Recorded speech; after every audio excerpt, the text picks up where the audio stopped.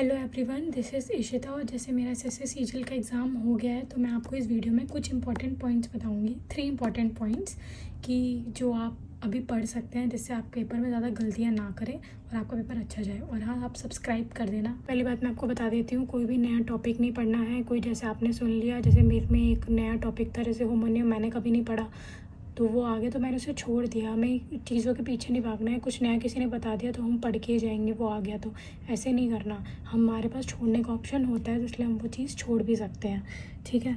दूसरी चीज़ जो हमें करना है, रिवीजन जो हमें आता है हम उसे अच्छे से करेंगे। हम ये नहीं करेंगे कि क्या बोलते हैं जो हमने कभी उठाई ही नहीं है चीज़ें। हाँ, जैसे अभी बाकी भाई प्रोबेबिलिटी वगैरह ये सब पूछा जा रहा था, पर देखो वो अब नहीं आ रहा है तो हमें नहीं करना है। पर हम ऐसे भी नहीं बोल सकते कि वो बिल्कुल आएगा भी नहीं, क्योंकि एसएससी का कुछ नहीं पता है।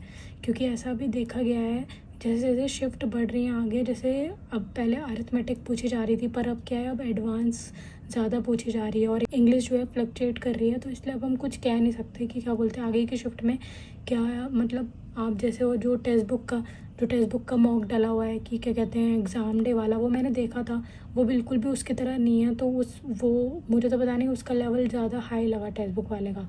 तो आप लोग देख के देना, कहीं आप डीमोटिवेट ना हो जाओ, किसी के कम नंबर आए तो वो मत देना, ठीक है। और कोई भी जैसे हार्ड मॉक नहीं लगाना है, क्योंकि बहुत ज़्यादा हार्ड मॉक लगा के जैसे वो एडिक्यूटी वाले लगा लिए फिर उसका कोई फ़ायदा नहीं होगा, क्योंकि वैसा पेपर नहीं आ रहा है इसलिए।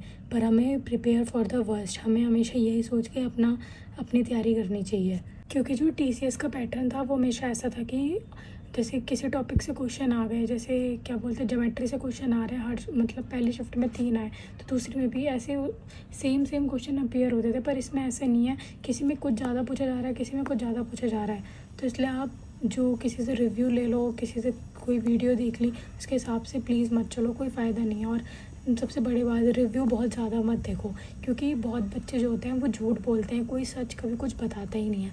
मुझे तो आज तक जितने एग्ज़ाम में जब मैं देने गई हूँ, मुझे तो पता नहीं, हर कोई ऐसा मिलता है मैं एमईए में काम कर रहा हूँ, मैं इसमें काम कर रहा हूँ, और शक्ल देख के किसी की कोई लगता नहीं है। मैं एक एग्ज़ाम देने गई थी, उसमें एक लड़के ने मुझे बोला था मैं एमईए में काम कर रहा हूँ, और उसने मुझसे फिर पता नहीं किसी चीज़ का फॉर्मूला पूछा था, स्क्वायर का या पता नहीं किसका।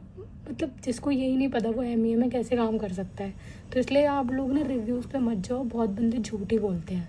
होप सो आपको ये वीडियो अच्छी लगी होगी। आप लोग सब्सक्राइब कर देना और कोई नए टॉपिक मुझे बता देना जिस पे वीडियो बनानी। अगर मैं आपकी हेल्प कर सकती होंगी और मैं उस चीज़ के बारे में मुझे पता होगा तो मैं ज़रूर बनाऊँगी। For watching, do like, share and subscribe.